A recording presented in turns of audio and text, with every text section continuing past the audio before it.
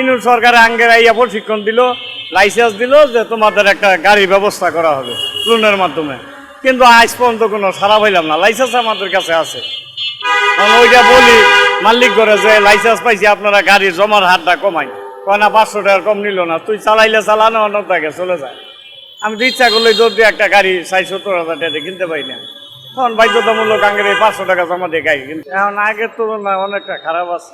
যা ইনকাম হয় তার চেয়ে খরচ বেশি। এই যে একটা গাড়ি চালাই মাহাজনে 500 টাকা জমা, আবার মেসো থাকি এনুতেই 150 টাকা, সকাল নাস্তা খাই 50 টাকা, টোটাল 800 টাকা খরচ।